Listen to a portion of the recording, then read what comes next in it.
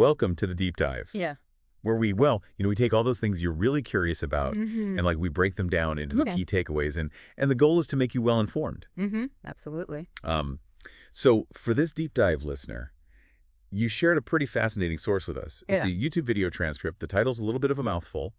It's in Polish. It's 255 PL Jola, Proba Stwierdzenia, Kolona Hypnosa, Regression, Ewelina Jackowska Team Grifasi. Okay, wow. Just that title alone kind of gives us a hint that we're going into some pretty interesting, unusual territory. It certainly does. So for this deep dive, we are going to explore this hypnotic regression session transcript with a woman named Jola. Okay. She is guided by a hypnotherapist. All right.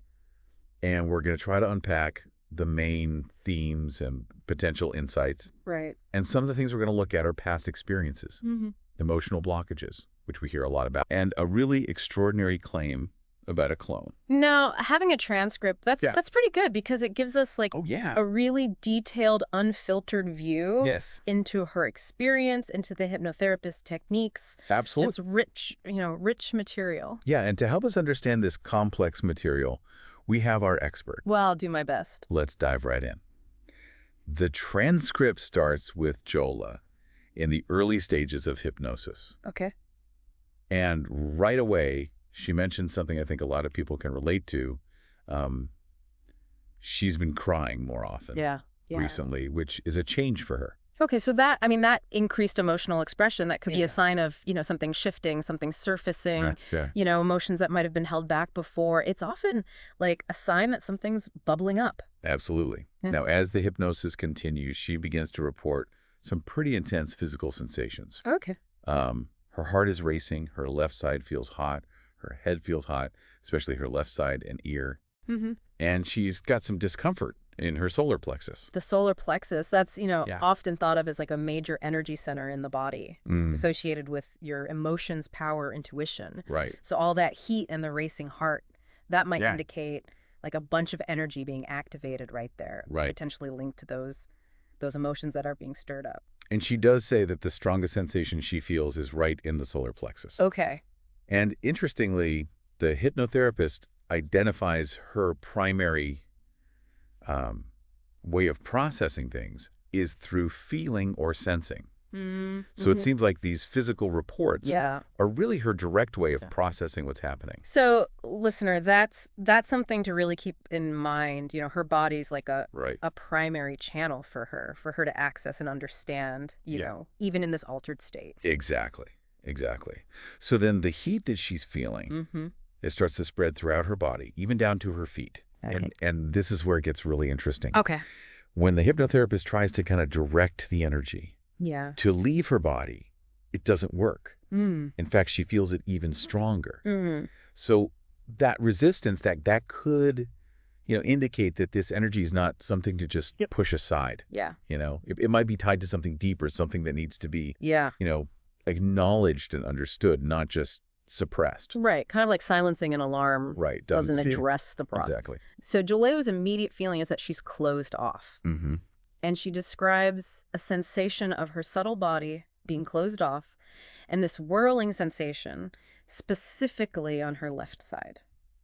Now, when we talk about subtle body, that's, the energetic, the emotional aspects of ourselves, beyond the physical. Right. So feeling closed off there could mean like a block in her ability to, process emotions, connect with her own inner energy. And the whirling on the left side, which, by the way, often relates to like feminine energy, emotional processing, that could be a sign of like a trapped emotion. Interesting. And then she takes it a step further. Okay. And shifts her mental focus outside of her physical body. Like she's observing herself from an outside perspective. Okay. And she reports feeling heavier. Again, it's in the chest area, and her heart's still racing. So that kind of out-of-body perspective sometimes can offer, like a less emotionally charged view. Right. But the fact that the heaviness in her chest and that racing heart are still there, that suggests that whatever that core, energy pattern is, it's still there regardless of where she's looking at it from. And she says this heaviness is that same whirling energy, even stronger now on that left side and moving through her chest. So listener, we're seeing this pattern, right? This intense energy, the left side, the chest, the solar plexus. That feeling of being closed off. Yeah. And this is like setting the stage for the next part of the regression. Exactly. Now, the focus turns to a feeling that Jola identifies within this whirling energy. Okay. And she calls it upokorzenie, which is Polish for humiliation or degradation. Okay. And this becomes a real central theme in this session. It's interesting, right? How like a physical thing, like whirling and heat, it leads to a very specific emotion. Right. It really shows, that connection between our physical sensations and our emotional states. Right. Sometimes our bodies hold on to things that our minds haven't fully dealt with, right? Exactly. Now, the hypnotherapist is very careful to emphasize that she's observing these past events. She's not reliving them.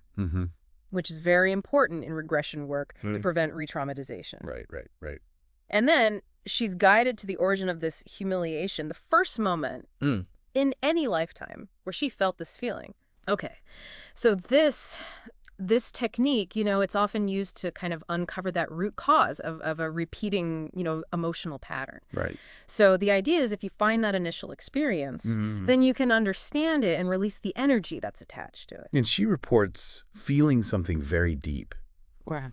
She senses these layers of this emotion that have accumulated over what she perceives as, lifetimes. Right. And it feels like a pressure in her chest. Right. So that physical manifestation again. The idea of emotions from other lifetimes. Yeah. That's something you see in a lot of like spiritual traditions, philosophical discussions, whether you take it literally or see it as like a metaphor. Yeah. The idea of carrying emotional weight, that's something people get, They do. Now, she's asked a really deep question. Okay. Why did she experience this humiliation from her very first incarnation? I mean, that really gets into the nature of existence, right? Yeah, it's like a fundamental experience that's influencing everything that comes after. Right. So then they move even further back Okay. before her first experience of life on Earth. Okay. And there's a big change in her state. She feels calmer. She's got this sense of peace and silence in her body. Okay. Which is a stark contrast. It is. To that explosion of sensations she was feeling before. Yeah, and that contrast, that's saying something. It's like being on Earth, at least for her, means moving away from peace. Right. And when she's asked about her reason for coming to Earth, she says she feels like she was forced, like she was pushed. So now we've got this element of outside influence in her story. Yeah. Not having a choice in something that big, like where we exist and why. That could lead to resentment, to that humiliation. Yeah, absolutely. Absolutely. She also experiences fear and anxiety connected to this forced entry into life on Earth. And when she's asked if she knew about Earth before coming here, she's not sure, but she leans towards it happening against her will. Okay. And that she senses some kind of manipulation going on. So the theme of manipulation, that's starting to become pretty prominent. Right. And it's all tied to that core feeling of humiliation. And she makes that link directly. Okay. She connects the feeling of humiliation with being forced to come to Earth. So for her, the original wound isn't something that happened on Earth. It's the act of being brought here against her will, it seems. Wow. Now, the regression takes a really unexpected turn. Okay. The hypnotherapist brings in Kamilka, who is presented as another individual or maybe an energy that's present to act as Jola's eyes, to observe from another perspective. Oh, interesting. That's a technique you sometimes see in deeper states like this, to kind of get a different angle, see things from another side. Yeah, exactly. So Kamilka describes seeing Jola's energy inside a vertical tube. Okay. And this tube is adjusting her frequency for life on Earth. Now, we're getting into some science fiction here. A little bit, right? Yeah. This is a pretty unique cosmology. You could interpret this in many ways. Right. Maybe it's like a metaphor for, how we enter physical reality. Right. And Kamilka goes on to explain that this tube is on a ship. Okay. Filled with rows and rows of similar tubes. Wow. Suggesting some kind of system. So like a processing center. Yeah, for beings to incarnate. Yeah, exactly. The idea of a structured system for entering physical life. Right. That's something that comes up in certain metaphysical beliefs, in philosophical discussions about, what it means to exist. And who's associated with this ship? Yeah. Kamilka says, insectoid beings. Oh, wow. Okay. Initially resembling a praying mantis, which then morph into a genetic modification that's kind of a cross between a beetle and a cricket. So that is different from the usual narratives you see in these kind of experiences. Right. Insectoid beings running the show. That's new. Yeah, yeah. Kamilka then reveals that Jola, as an energy being, was brought to this ship under false pretenses. She was told it was for a collaborative research project, but it was a trick to get her to Earth. So that being pushed feeling she talked about ties right into this deception. Exactly. And then Kamilka says Jola was injected with something, loses connection, and then ends up in the tube. The imagery of injection, and losing connection, that sounds pretty traumatic, right? Yes. Being cut off from who you really are. Right, right. And then the frequency adjustment that's happening in this tube, Kamilka explains, involves genetic modification. They incorporate insectoid DNA and even some reptilian DNA. So they're changing her essentially at a very basic level, according to this account. And the purpose of this, allegedly, is to make her easier to control and manipulate once on Earth. So we've got this idea of them altering her energetic makeup, maybe even her biology, to make her more vulnerable to their influence. And this modification, Kamilka says, made Jola extremely sensitive. To the point where she experiences the emotions and even the histories of others as if they were her own. Wow. And that this gave these insectoid beings access to her energy. So, listener, think about that. Right. To feel the emotions of others that strongly, it could be incredibly draining. It could really blur the lines of who you are. And this idea of energy access. Right. That could be the motive, It could be. And there was also memory blocking and a dumbing down process. Before her first incarnation. They're wiping the slate clean, essentially, making her more susceptible to whatever they have planned. Exactly. Exactly. Yeah. Now, interestingly enough, Kamilka mentions a subtle interaction with one of the insectoid beings. And this being apparently didn't even try to hide its true nature and treated Jola as an equal, even though her memory was wiped. So that's interesting. It doesn't quite fit, right? Maybe it shows there's some complexity to these beings. Like maybe a moment of honesty slipped through, or maybe there's like a different faction, a different approach. We don't know. Right. And then Jola passed through what's called a veil of incarnation. Basically a fog in her mind that erases this interaction, this subtle interaction. The veil of incarnation. That's a concept you see in discussions of reincarnation, Yeah. The idea of forgetting past lives when you enter a new one. Right. But here, it's like a deliberate thing, right? Part of the manipulation. Now, there was this initial agreement, even though it was manipulated, for Jola to work through certain things while on Earth. But the memory wipe meant that she faced situations that she wasn't prepared for. So the agreement was undermined. It wasn't really genuine consent. And here's where it gets really disturbing.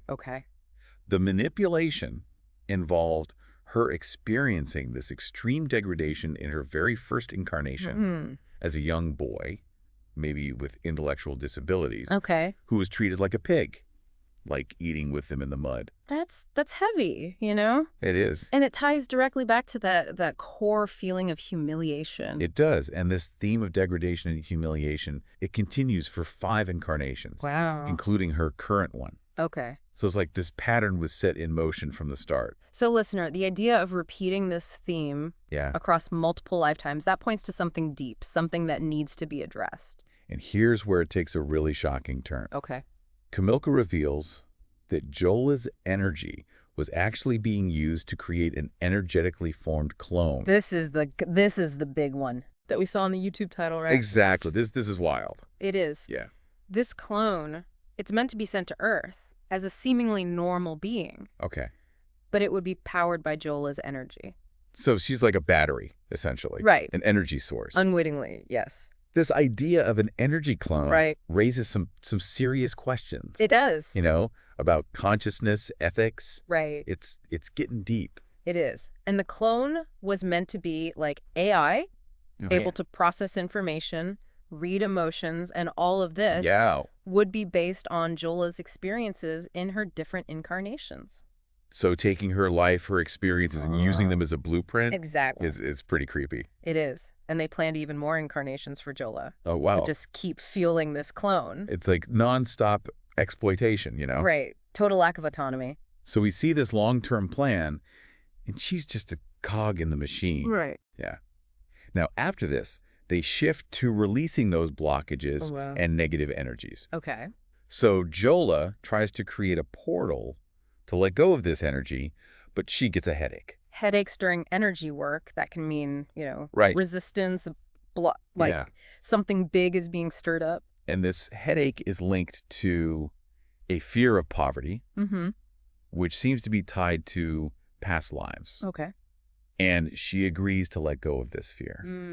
She describes it as this cold sensation and removes it from her energy field. So she's feeling it very literally. She is, which makes sense with her main way of experiencing things. Right. And seeing an emotion as like a physical thing, that can help you process it, release it. Right. It makes the intangible tangible. Exactly.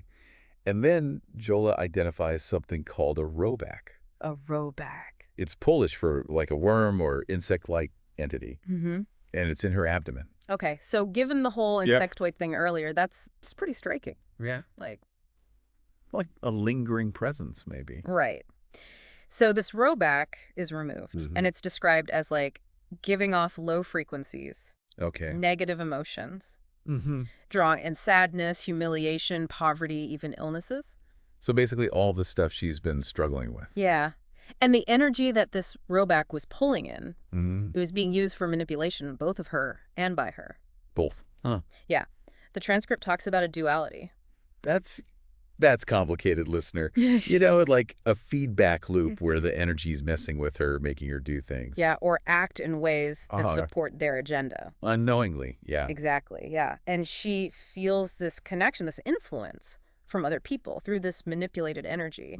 And she specifically names her mother as one of those connections. Family connections. Yeah. That's a big theme. And in a lot of, spiritual work, therapy, absolutely. And so this connection to her mother is severed. And Jola reports a feeling of discomfort being released. Severing those cords, that can be like breaking free, from unhealthy attachments. And then Kamilka adds that this roback was also a way of transmitting information to the clone. Okay, so it's not just energy, but information, too. Gathering data on her reactions and experiences with other people. So like a constant data stream. Exactly. Feeding the clone. So it suggests that she's been unknowingly providing a template of human experience for this clone to learn from. Wow. And that could explain why she's so affected by other people's emotions, Exactly. And all the emotional baggage that she's been carrying. Sadness, anger from helplessness, paralyzing fears, feeling programmed for pain. Right. It's all traced back to these manipulations and that energy drained from the clone. So this is like a framework, listener, to understand why she's suffering, tracing it back to those early events. And her intense empathy, where she feels others suffering so directly, it's described as if there are no energetic boundaries. Empathy without boundaries, that can really wipe you out, It can. And past traumas are brought up: molestation, childhood burns, crushed fingers, abusive relationships, difficult childbirth, emotional abuse from family. That's a lot. It is. It is. Yeah. And it's all presented as this interconnected web that reinforces those negative patterns and the belief that things can never improve. Those traumas, they can create weak points in your energy, making you more open to manipulation like this. And her body temperature, it's consistently low, like 34, 35 degrees Celsius. That's really low. It is. And it's attributed to all the energy being ciphered off by the clone. So that low temperature, it's like this physical sign, of that drain on her system. And she's dealing with all these physical ailments: fibromyalgia, candida, heavy metal issues, varicose veins, ulcerative colitis, spinal issues, pain on her left side. Okay, so... And it's all connected to this rowback, her emotional baggage, and even deliberate manipulations to keep her focused on her physical problems. So they're distracting her, Exactly. keeping her from seeing the bigger picture. Exactly. Even her trouble losing weight, despite dieting, is linked to a subconscious fear of deprivation and emotional eating. It's all connected, body, mind, energy. It is. And then there are the problems with her home. Pests, malfunctions, getting overcharged for repairs, and this fear of being deceived that keeps coming up. It's like she's attracting these situations. It's when you hold on to fear, you tend to see it everywhere, Right. And she's had these instances of sudden energy drops and altered consciousness while driving. Oh, wow. Which are interpreted as attempts to extract more of her consciousness for the clone. That's really scary. It is. It's affecting her everyday life, her safety. Right.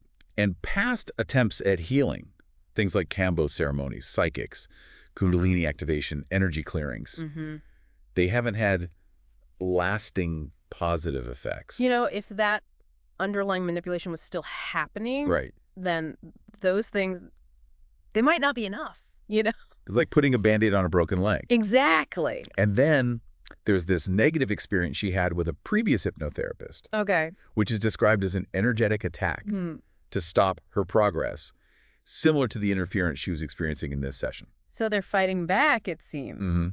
So facing all these interconnected issues, the hypnotherapist suggests something radical. Okay. Going back to the time before the agreement with the insectoids to prevent it from happening at all. Wow. Going right to the source. That's a big move. And Jola agrees. Okay. And now Kamilka's view shifts again. Okay. She describes Jola in her original form on her own research ship. And she's humanoid, but resembles an insect, intelligent, subtle, part of a good race who was seeking an alliance with the other insectoids. So a completely different origin story. Now, she's not a victim. She's capable. Right. And the original agreement, it turns out, was about research in Earth's space. Okay. Not on Earth. That's a big difference. Huge. It shows how badly they twisted things. Right. So in this past timeline, Jola was one of 6 beings who transferred to the other ship. And they were immediately knocked out and put in those tubes. No pretense even, huh? Straight to the trap. Exactly. Yeah. And then Jola is shown this potential future that came from this alliance, the drugging, the DNA modification, the clone, and her suffering across multiple lifetimes. So she sees the consequences laid out for her. She does. That's going to be powerful. It must be. And seeing all that, Jola, from the perspective of her past self, decides to take a different path and tells her crew who will find a way to avoid this hole.